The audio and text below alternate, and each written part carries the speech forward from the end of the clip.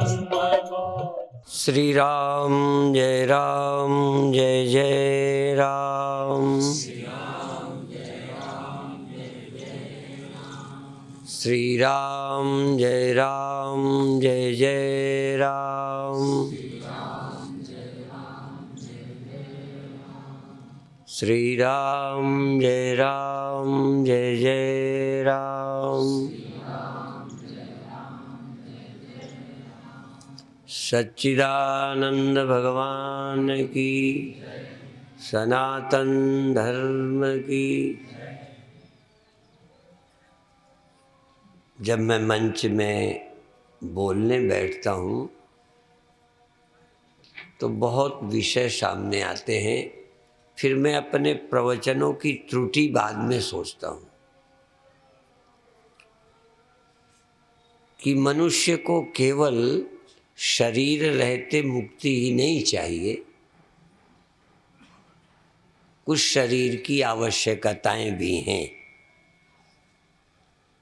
मुक्ति के बाद भी चाहिए और मुक्ति के पहले तो आवश्यकताओं की भी पूर्ति करता है और वासनाओं की पूर्ति भी करता है।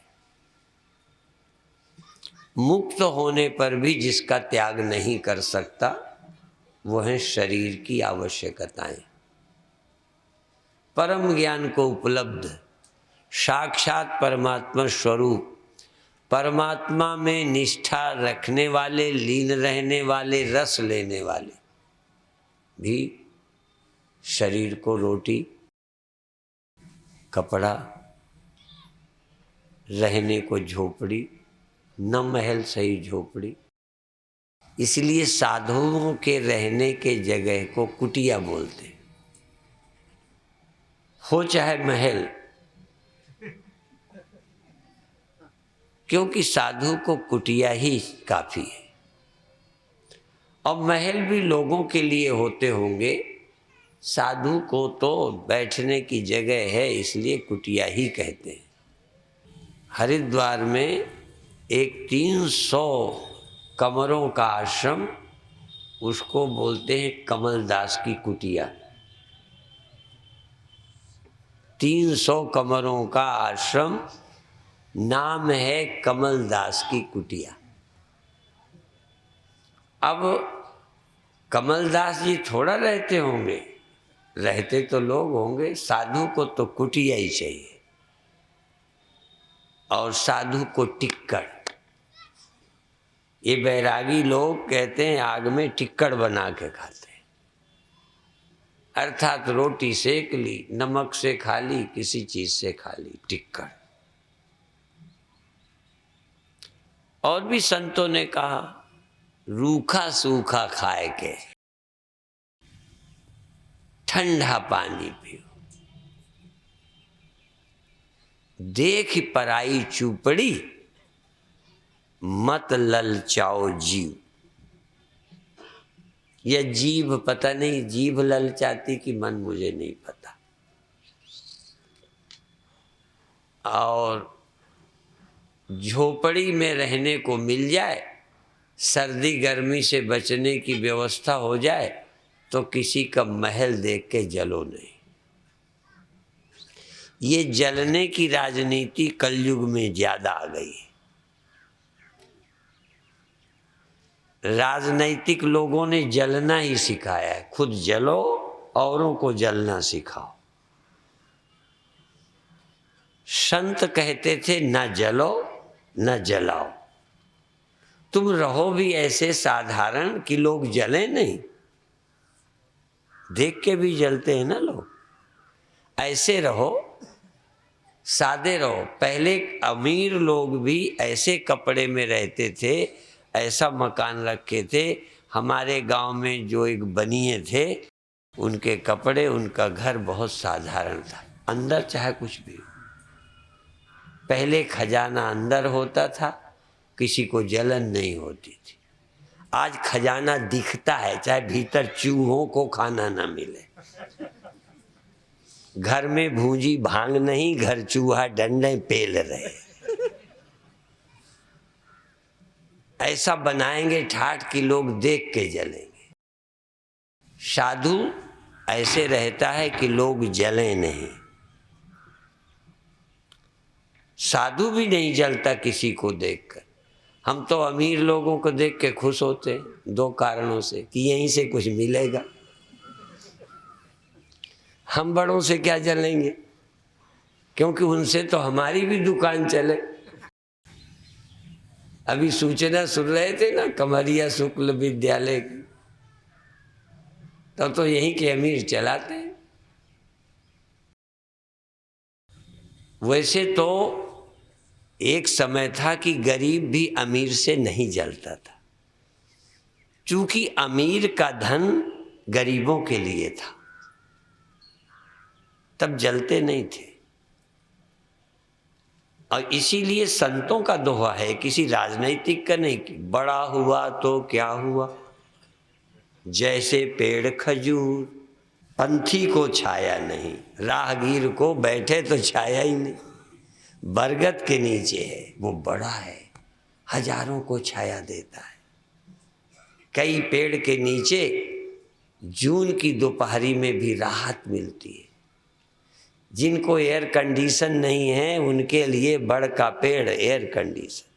पहले का अमीर बड़ था, और संत कहते हैं बड़ के पेड़ की तरह हो, जिसमें तपा हुआ आदमी छाया पा जाए। कई लोग ऐसे ही बूढ़ों को भी कहते थे, हमारे ऊपर हमारे पिता का हाथ है, उनकी छाया है, हम गुरु की छाया में रहते हैं।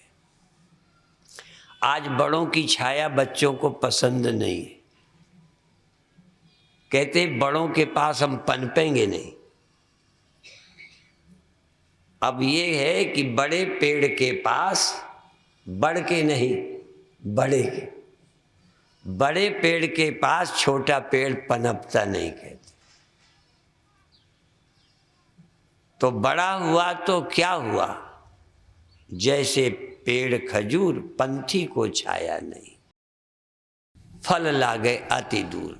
अर्थात जिसका धन किसी के काम ना आए वो खजूर है, सीधी सी बात। जिसका धन काम आए वो बड़ का पेड़ है, बरगद का पेड़, जिसके नीचे भी लोग बैठते हैं, और पेड़ में चिड़ियां भी बैठती हैं, चहचहाती हैं और बढ़ के फलों को खाती हैं। धन तो रखने के लिए होते ही नहीं। मैं ये नहीं कहता कि पेड़ के पत्ते कोई काट के ले जाए, नहीं, छाया नहीं बचेगी। यदि अमीरों को लूट लोगे, कम्युनिस्टों की चले तो सबको बराबर ही कर दें, बुरा नहीं माने। काट करके पेड़ नहीं खाना है, काट कर खाओगे तो छाया भी गई, लकड़ी भी गई, फल भी गए। अमीर को पनपने दो, पर अमीर गरीब के लिए हो, गरीब के काम आए। इसीलिए कहा है नीच आदमी और सज्जन में क्या फर्क है। विद्या विवादाय, धनम मदाय, शक्ति परेशान पर पीडनाय, खलस्य साधो विपरीत में तद ज्ञानाय दानाय च रक्षणाय। विद्या बहस के लिए होती है, वो खल है। पढ़ा है बस बहस करेगा, दूसरों को नीचा दिखाएगा, अपना श्लोक सुनाएगा, अंग्रेजी छांटेगा। और जहाँ पढ़े हों वहाँ चाहे अंग्रेजी ना छांटे, अनपढ़ों के बीच अंग्रेजी से बोलेगा, जिससे सामने वाला समझे वह अनपढ़ा है और ये पढ़ा लिखा है।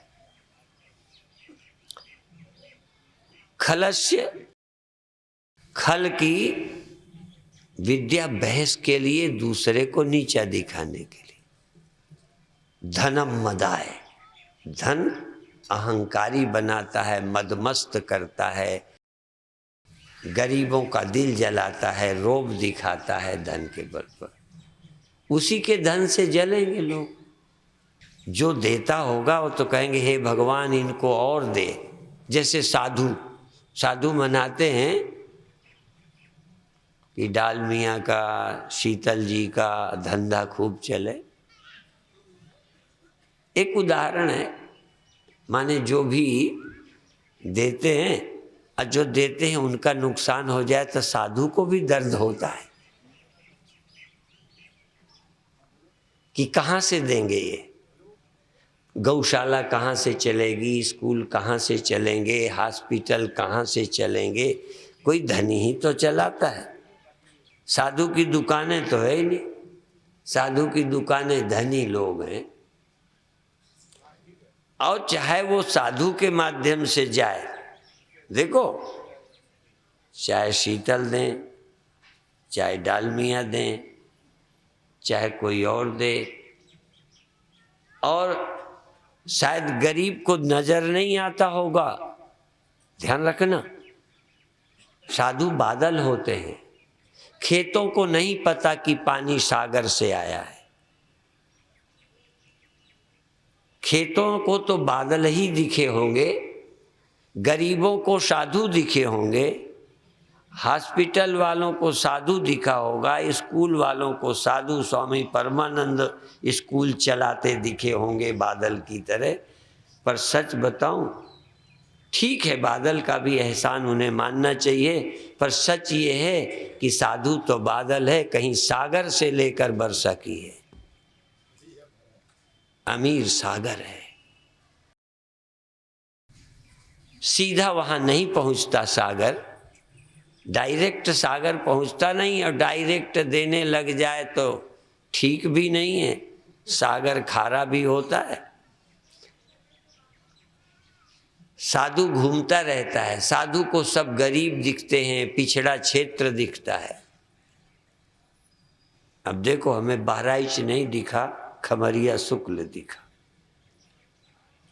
बहराइच तो सागर है, दिल्ली सागर है, बॉम्बे सागर है, अमेरिका सागर है, रूस सागर है। रूस में गया, अमेरिका गया, वहां का रुपया अमेरिका में लगाया आया।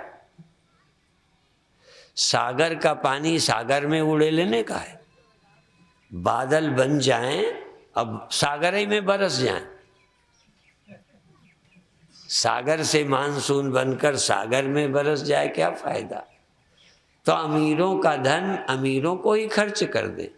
कई बार जब हम लंगर चलाते हैं ना, तो कई लोग तो बड़े, जिनका लंगर है उन्हीं को बड़े प्यार से खिलाते हैं, और हम लोग उनको कहते तुम्हारा तो है, तुम तो खाते ही हो, यहाँ से प्रसाद ले लेना, बाकी भोजन तो घर में करना, यहाँ तो गरीबों को लंगर लगाओ। यहाँ के लोग भी जाते हैं तो खमरिया शुक्ल में कपड़े बांट आते हैं, कभी कुछ कराते हैं। तो ध्यान रखो, बड़ा हुआ तो क्या हुआ, जैसे पेड़ खजूर, पंछी को छाया नहीं, फल लागे अति दूर। उसी के लिए कहा, यदि पढ़ाई मूर्ख के खल के पास है तो बहस में तर्क में लगाएगा, अपनी विद्वता दिखाएगा, दूसरे को अनपढ़ा सिद्ध करेगा, तुम कम जानकार, लगभग अपमानित करता है अपनी विद्या से, अपने धन से। धनम मदाय, शक्ति से तो कहने ही क्या है, वो तो दादा ही लोग हैं। राजनीति में चले जाएं तो किसी इंजीनियर को मारेंगे।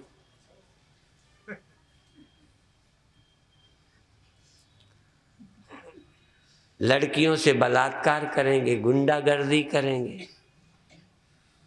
अखबार रंगे हुए हैं ताकतवर लोगों से, ताकतवर के अन्यायों से दुनिया त्रसित है। शक्ति ही परेशान पर पीड़नाय, खलस से ये खल का है। असाधो विपरीत में तक, साधो माने सज्जन, साधु माने लाल कपड़ा नहीं। यदि वो सज्जन है, साधु है, हनुमान जी को साधु कहा है, संत, हनुमान जी संत हैं, सन्यासी नहीं है, संत हैं, जिनका तन, जिनका मन, जिनका धन, जिनका सब कुछ भगवान के काम में लग रहा है। अब भगवान के काम माने भगवान खाते हैं, कई लोग ये कहते मंदिरों में हलवा की क्या जरूरत, लोग वहाँ लगाते। तो मैंने कहा भगवान यदि 2 छटाक भी खा जाते तो न चढ़ाते, उनके आगे चढ़ के प्रसाद बट जाता है।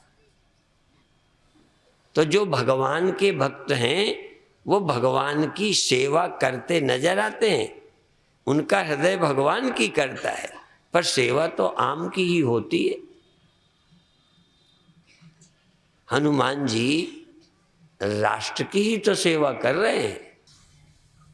एक आतताई का साम्राज्य खत्म करेंगे, राम के राज्य की स्थापना करेंगे और स्वयं कब्जा करके बैठेंगे नहीं। नाम होगा राम राज्य, नाम होगा कि राम ने वहाँ आधिपत्य किया, लेकिन बिठाएंगे वहीं के विभीषण को बिठाएंगे। राजनीति सीखना है तो भी राम से सीखो। राम के लिए कहते नीति प्रीति परमारथ स्वार्थ। नीति प्रीति परमारथ स्वार्थ को न राम सम जान यथारथ। राम के समान कोई भी सही नहीं समझता। निस्वार्थ आदमी जितनी अच्छी नीति कर सकता है, राजनीति कर सकता है, कोई नहीं। स्वार्थी आदमी तो खाने की तलाश में रहता है। तो खलस्य साधो विपरीत में तर ज्ञानाय, विद्या ज्ञानाय। विद्या दूसरे को बताएगा, मार्गदर्शन करेगा। धन दानाय, धन दान के लिए, साधु के पास, सज्जन के पास। परोपकाराय सताम विभूतया, संतों का सज्जनों का वैभव अपने नाम के लिए नहीं है, जनता के काम के लिए।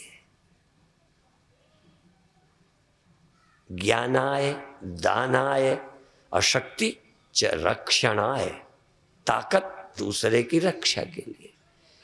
गुरु गोविंद सिंह जी आतताइयों को मिटाने के लिए, शोषित दुखियों की रक्षा के लिए अपने बच्चों को कुर्बान कर दिया। घर छोड़े, देश भर में घूमे, लोगों को जोड़ा, काम करते रहे। राम भी यही करते रहे। राम का वनवास हुआ, जंगल जंगल गए, औरों से निपटे, अपने भाई से नहीं लड़े। भाई भाई नहीं लड़े। हिंदू ने अभी तक ये नहीं सीखा कि भाई भाई न लड़ो।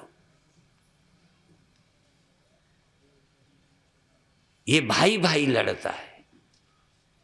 राम भाई भाई नहीं लड़े, राम भरत नहीं लड़े। ठीक है, माँ ने मांगा तो राम चले गए, राम आए, भरत पहले से प्रतीक्षा कर रहे।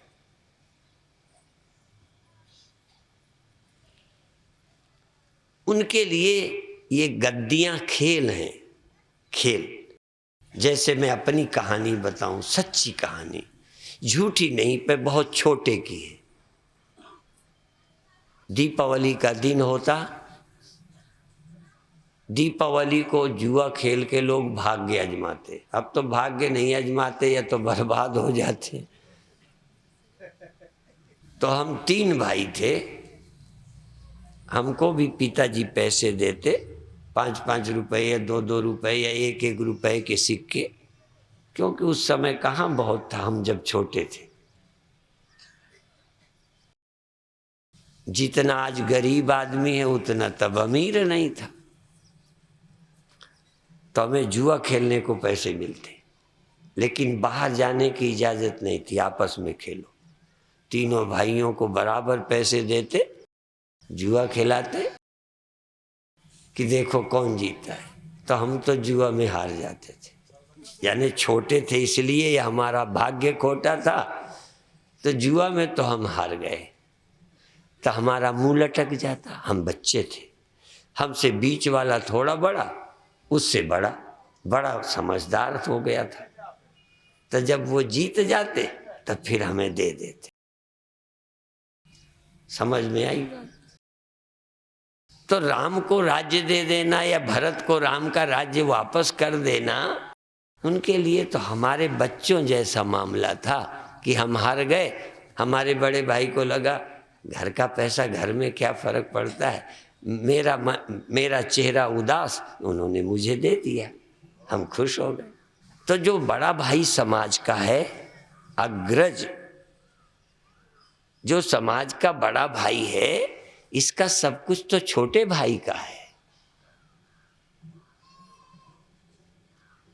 और यदि ये बड़े लोग समझने लगते तो राजनीतिज्ञों को भड़काने का मौका नहीं मिलता। इसलिए आपसे निवेदन है कि धन कहाँ ले जाओगे? अच्छा, धन रखने से ज्यादा तुमको सम्मान मिलेगा या बांटने से? झूठ नहीं बोलना। रखने से तो पीछे गाली मिलती है, हमें मालूम है। सब लोग पूंजीपतियों को, और यही बात राजनीतिज्ञों को, वो राजनीति में है, सामने कोई बोल नहीं सकता, नहीं तो तुम कोई ना कोई केस में फंसा दोगे। राजनीतिक को लोग गाली खुल के नहीं देते, लेकिन ऐसा शायद ही कोई राजनीतिक हो जिसको लोग गालियां न देते हो। क्यों देते हैं? क्योंकि राजनीतिक लूटता है, लुटेरा है। राजनीतिक और साधु को बिल्कुल महात्मा होना चाहिए। साधु को ही नहीं, राजनीतिक को इधर से ले इधर दे दे। बादल होना चाहिए, बादल। पर समाज भी सागर है, वहीं से लेना है, और समाज ही जमीन है जहां बरसना है। इसलिए जो जोड़कर सुखी हैं वो मूर्ख हैं, जो बांट कर सुखी हैं वो संत हैं। आप मंच की तरफ मत ध्यान देना, जो लेके बांट देता है। और पहले ब्राह्मण का धर्म था यज्ञ करना, कराना, दान लेना, दान देना, पढ़ना और पढ़ाना। पढ़ के जमा नहीं रखना, छिपाना नहीं विद्या। बहुत विद्याएं भारत की इसलिए नष्ट हो गई कि गुणियों ने दूसरों को सिखाया नहीं। तो धन बांटने के लिए है, विद्या दूसरे को पढ़ाने के लिए है, शक्ति दूसरे की रक्षा के लिए है। क्या करोगे ताकत का? आज जवानी है, सेवा करो, काम करो, बूढ़े हो जाओगे। नहीं बांटोगे, ताकत से दूसरे का ख्याल नहीं करोगे तो जवान रह जाओगे। इसलिए जवानी तो जाएगी ही। ये 50 साल सेवा करके जाए, दूसरे की रक्षा में जाए। सैनिक तो मरते ही हैं। जो सैनिक नहीं बने हैं, घर पे रहते हैं, वो तो जिंदा ही रहेंगे, मरेंगे नहीं। तब क्यों ना इस शरीर का उपयोग यदि सीमा पर होता है तो हो जाए, रक्षा में हो जाए। हमें तो जाना है, हम तो हैं ही बकरे।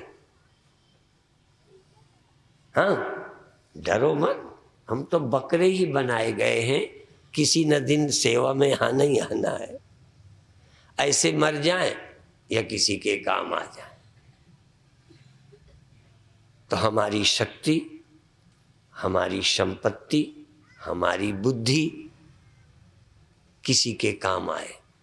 और इसका हम अपने लिए न सोचे। यदि अपने लिए ताकत होगी तो 5 साल बाद रोएंगे, जवानी जाने पर रोएंगे।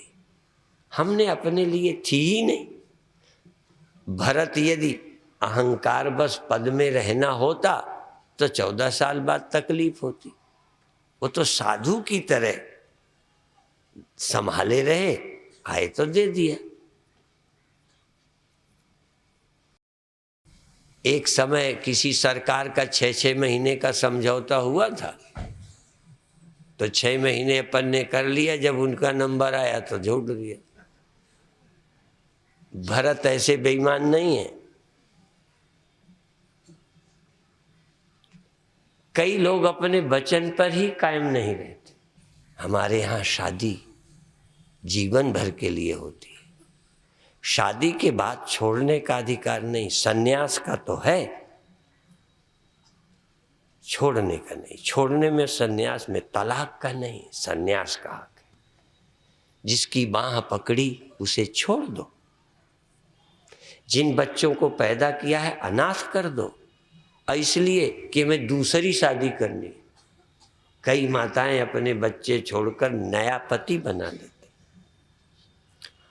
और पिता नई पत्नी बना लेता है, बच्चों को अनाथ कर जाते हैं। क्या ये हमारी संस्कृति है? क्या ये मानवता है? सोचें। यदि बरगद की छाया के नीचे बैठ लिया तो बरगद का घिस क्या गया? बादल सोचता है बरसूंगा तो मैं खाली हो जाऊंगा। यदि पानी तेरा होता तो तू खाली होता। सागर कहीं मर गया है? वो फिर मानसून बनाकर तुझे भेज देगा। देने वाला और है, देता है दिन रैन। देने वाला और है, देता है दिन रैन। किसी सज्जन की आवाज आई है, पहले तो तुम्हारे भीतर रहता है। तुम भीतर के यदि ईमानदार होगे तो रोटी की कमी नहीं रहेगी। मैं चुनौती देता हूं, दावा करता हूं।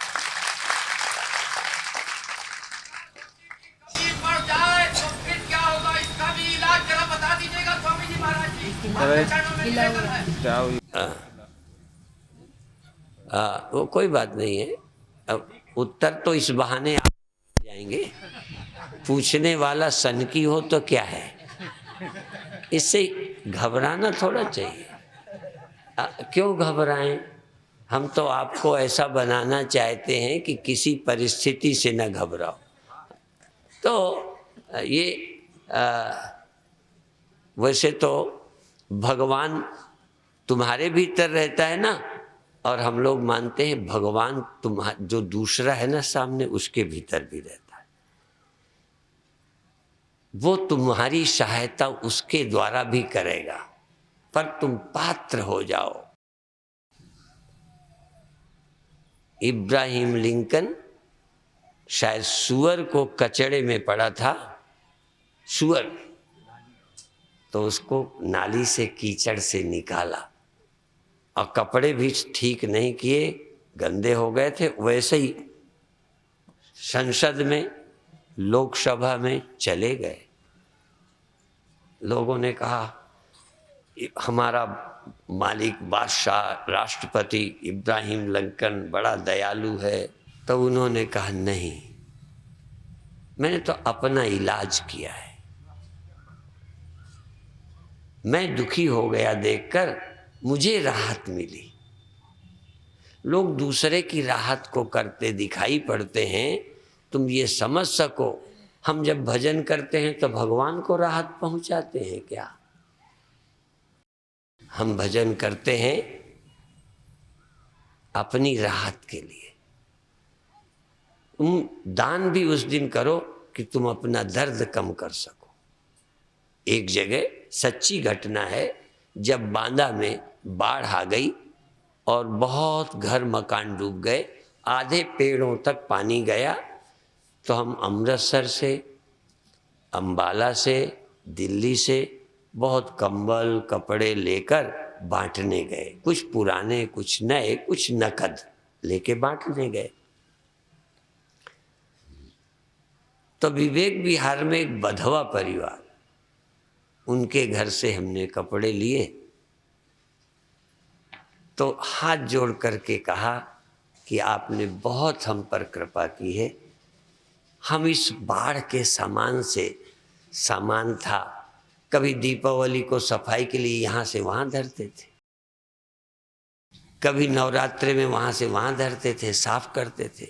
इतनी कीमती चीज़ फेंकने की भी हिम्मत नहीं थी और उपयोग होता नहीं था। छोटे बच्चे बड़े हो गए, उस पैंट का क्या करें, उस स्वेटर का क्या करें। बच्चे तो ककड़ी की तरह बढ़ते हैं, कपड़े अच्छे हैं, फेंक नहीं सकते। पर आपने मांग लिया तो हमारा दर्द खत्म हो गया। तो हमने उस दिन ये पहले बार ये शब्द कहा कि ठीक, तुम बाढ़ से पीड़ित से, बांदा के लोग बाढ़ से पीड़ित थे, बाढ़ पीड़ित का इलाज बाढ़ पीड़ितों से हो गया। पूरा यदि कहूं तो एक समाज निर्धनता से, गरीबी से, रोग से पीड़ित है, एक आदमी के पास धन, योग्यता, सामर्थ्य है, और सामर्थ्य को दूसरों के आतंक में, दूसरे को मारने में लगा रहा है, दूसरे के लूटने में लगा रहा है। अपनी ताकत को दूसरे की सेवा में लगाओ तो आपकी जो गर्मी, संत विनोबा ने कहा कि जब ताकत होती है तो मचलती है, मचलती है, लगता है दीवार को ऐसे मारूं। लड़कियों को धक्का मारने में क्या लगता है, वो तो दीवार को मारे, भैंसे को मार दे। ये जब ताकत आती है मचलती है। यदि इसको सही दिशा नहीं दोगे ना, यदि नदी को बहने नहीं दोगे तो बांध तोड़ देगी। इसलिए नहरें निकालना है।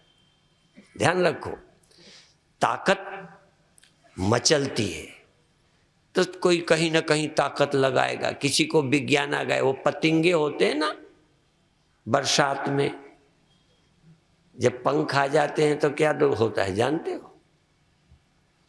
पंख आने पर सेवा में लग जाएं ये तो बहुत अच्छा है, पर अपने ही उड़ने की ताकत से दिए में जल के मर जाएं ये बेवकूफी है। आपको आपकी ताकत मार देगी।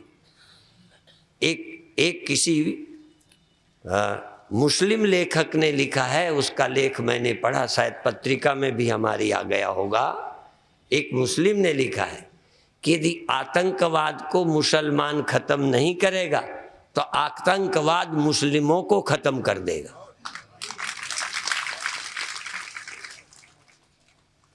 क्यों?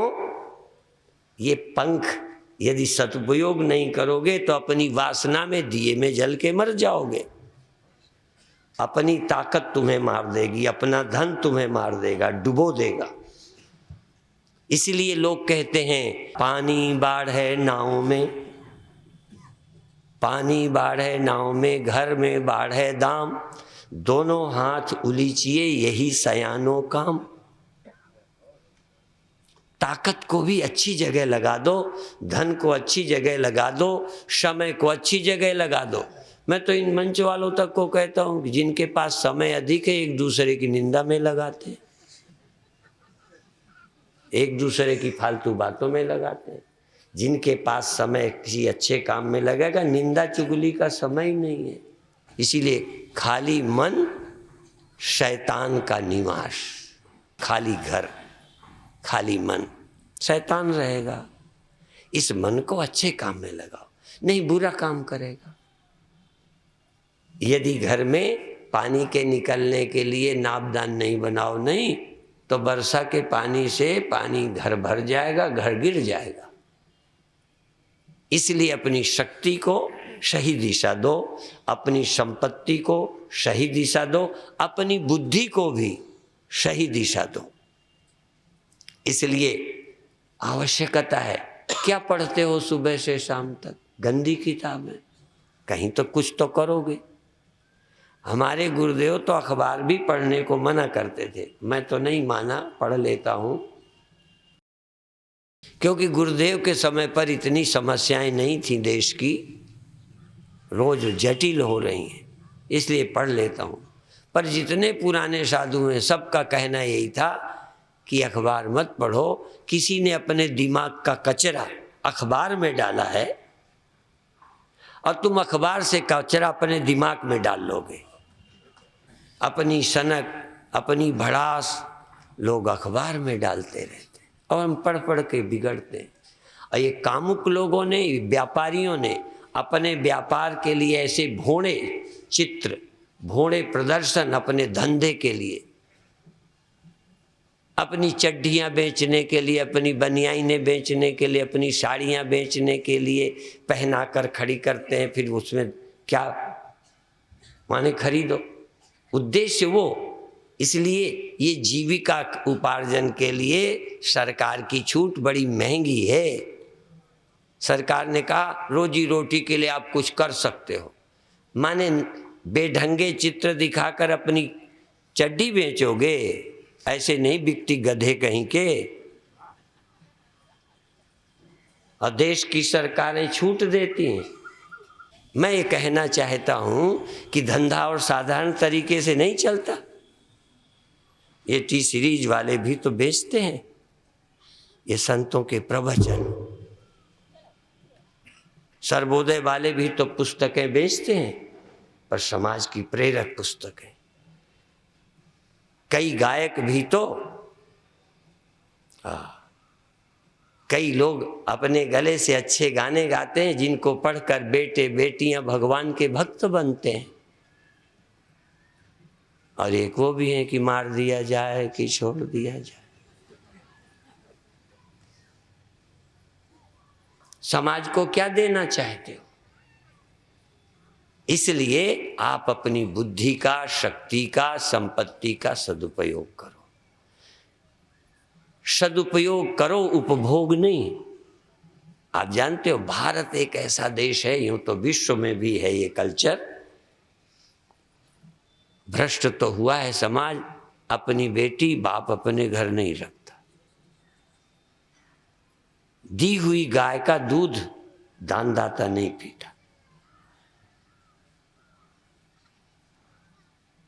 दी हुई संपत्ति अब मेरी नहीं रही। भगवान ने तुम्हें बेटी दी, जन्म दिया है, बेटी तुम उसको बोलते हैं हम लोग कन्यादान। कई लोग बड़े चिढ़ते हैं, कन्या कोई सामान है जो दान दे दी जाए। ऐसा तर्क तो अपने अपने हैं, पर हमारा ये मतलब जिसको तुमने कर्म से जन्म दिया है उस पर तुम्हारा भोगने का हक नहीं है। वो भोग औरों की है, तुम्हारे लिए तो पुत्री है। तुम अपनी पैदा की हुई धन को भी उपभोग मत करो। इसलिए हम पृथ्वी को भोग्या नहीं बोलते, यूं तो कहते हैं वीर भोग्या वसुंधरा, लेकिन हम क्या कहते हैं? ये पृथ्वी माता है, हमारी पूज्या है, ये मेरी भोग्या नहीं है। मैं इसकी सेवा करूंगा, ना कि इसका उपभोग करूंगा। लक्ष्मी पूज्या है, हाँ, मंदिर हमारे पूज्य है, वो हमारे भोग के लिए नहीं है, सेवा के लिए है। इसलिए मंदिरों का सदुपयोग, उपभोग नहीं। देह का भी उपभोग मत करो, ये भी कर्मजन्य है। ये कर्मजन्य है। यदि इसकी सेवा में, औरों की सेवा में शरीर लगाओगे तो तुम मुक्त हो जाओगे। यदि इसको भोगोगे तो बार बार जन्म लोगे। इसको भोगोगे अपने सुख के लिए तो बार बार फिर जन्म लोगे, फिर भोगोगे। जवानी का भोग करोगे तो जवानी लंबी करने का मन होगा। जब जवानी नहीं टिका पाओगे तो जन्म लेके फिर जवान बनोगे। भोगी ही तो जन्म लेता है, भोगी का बार बार जन्म होगा, पर कर्म का जो भोग नहीं करता। इसलिए गीता क्या कहती? कर्मण्येवाधिकारस्ते मा फलेषु कदाचन माँ कर्म फल हेतु भू माते संगोत स्वकर्मणि। कर्म भोगने के लिए नहीं, कर्म का फल औरों को दे दो। माँ कर्म फल हेतु भू, कर्म के फल को मत पकड़। कर्म का फल अपने लिए नहीं है, फल औरों के लिए है। और कर्तव्य तेरी नेचर है, कर्तव्य तेरा स्वभाव हो, भोगने का स्वभाव न हो। शरीर भी दूसरों के लिए, ये तन मन धन सब दूसरे के लिए। कहें मैं क्या करूं? कहें तू मुक्त हो जा। मुक्त भोग से बंधन होता है, त्याग से मुक्ति होती है। कर्म के फल का त्याग, पर जो लोग नाटक करते हैं त्याग का, नैव कर्म फलम लभेत नहीं, वो त्याग फलम लभेत, वो त्याग के फल को नहीं प्राप्त करते। जो सचमुच अंदर से फल नहीं चाहते, वो कर्म करके भी बंधन में नहीं आते। यज्ञार्थ कर्मणो यत्र कर्मोयम लोक बंधना। जो यज्ञार्थ कर्म है, भगवदर्थ कर्म है, राष्ट्र के लिए कर्म है, वो बंधन नहीं बनते। जो अपने लिए मैं गद्दी, अपने लिए चुनाव, अपने लिए सत्ता, मद के लिए, भोग के लिए, वो गद्दी बंधन है। राम को राज्य बंधन नहीं बना, कृष्ण को राज्य बंधन नहीं बना, कृष्ण के कर्म कृष्ण के लिए बंधन नहीं है। आप भी, आपका शरीर, आपका धन आपके लिए बंधन न बने, बल्कि इनके रहते आप मुक्त हो। जनक शरीर में थे फिर भी वो विदेह कहलाते थे।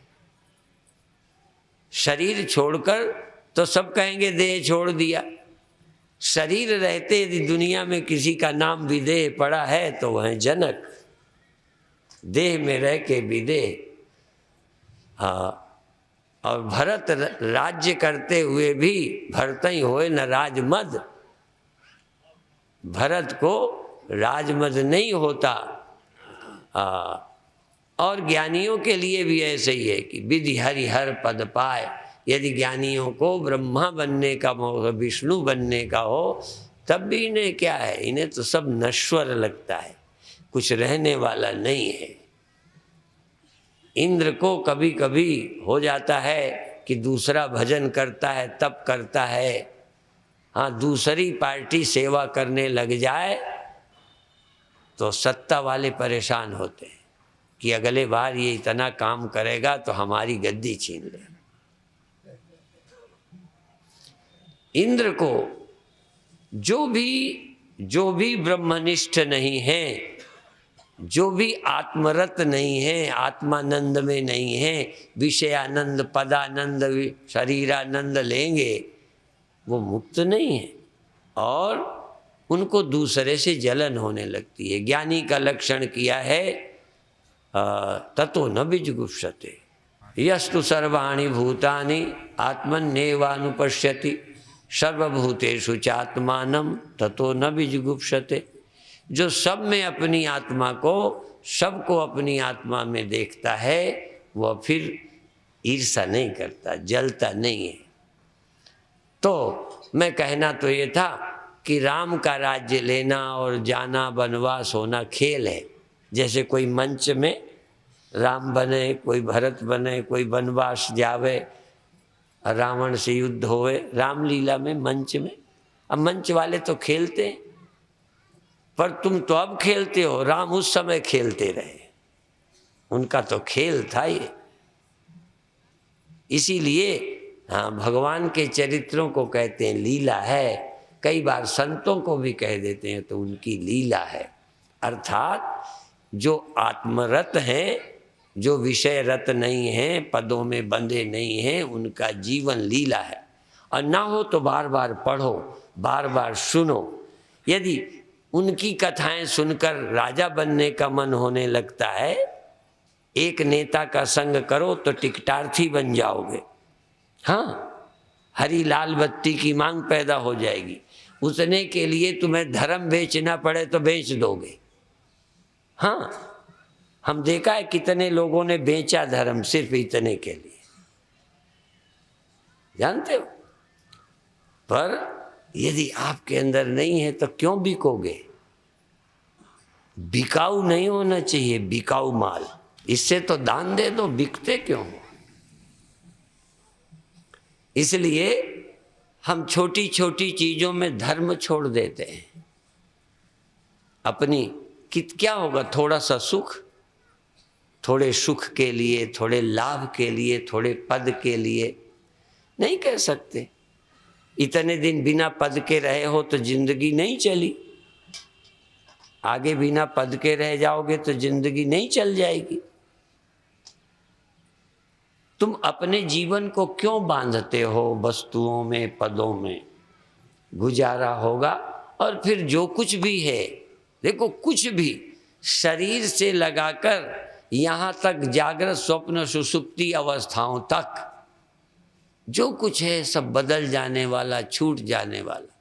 यदि कोई है तो आपका स्वरूप, उसमें जियो, निष्ठा उसमें करो जो सत्य है। मेरी छोटी सी पुस्तक है सत्यम परम धीमहि।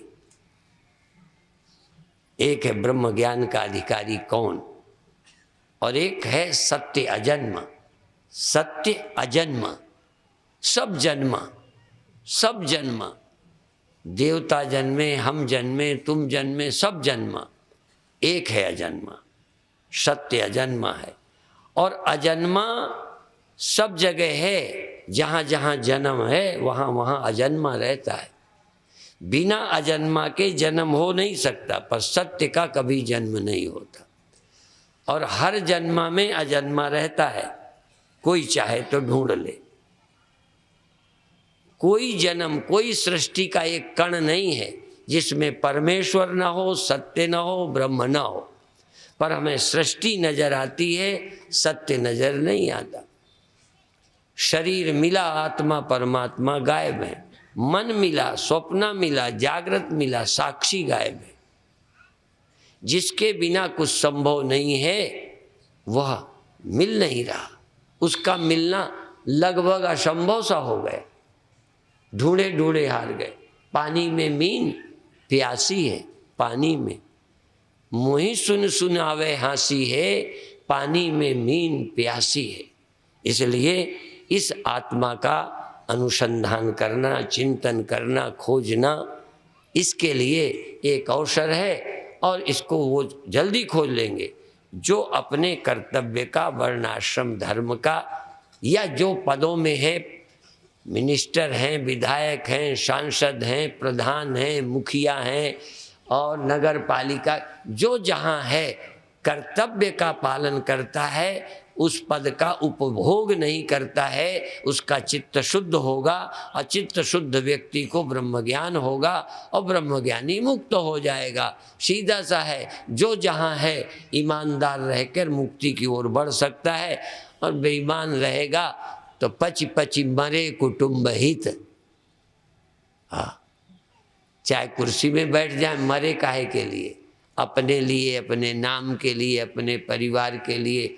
पची पची मरे कुटुंब हित, परमार्थ नहीं कीन, अर्थात परमात्मा का चिंतन नहीं किया। परमार्थ और व्यवहार, ये तो सब व्यवहार है, प्रातिभाषिक है, तो ये तो किया, परमार्थ नहीं किया। यही सुखी होने का, यही बड़े कहलाने का, यही अमर होने का, यही जीने का तो किया, पर अमर को पहचाना नहीं। तो पच पच मरे कुटुंब हित, और भी कहूँ पच पच मरे देह हित। देह के लिए मरे, इसके बचाने के लिए जो नहीं खाना वो भी खा लिया। एक फैजाबाद में मेरे गुरुदेव के शिष्य थे, ठाकुर साहब। उनको कोई रोग हो गया, वैद्यों डॉक्टरों ने अंडा बताया। गुरुदेव से उन्होंने पूछा, आज्ञा ली। चूँकि ब्रह्म ज्ञान तो पाए न पाए बेचारा, उसकी ये जिंदगी भी न चली जाए। यद्यपि पर पहले के संत बड़े सख्त होते थे। उन्होंने पूछा कि मैं अंडा खा सकता हूँ? डॉक्टर ने कहा है, और मंत्र लिया था। और धन्य है वो कि गुरुदेव से आज्ञा मांगी। आप लोग होते तो बिना आज्ञा के अपनी जिंदगी का ख्याल तुम्हें करना था, बाबाओं से कौन पूछता? वो गुरुदेव से पूछते हैं।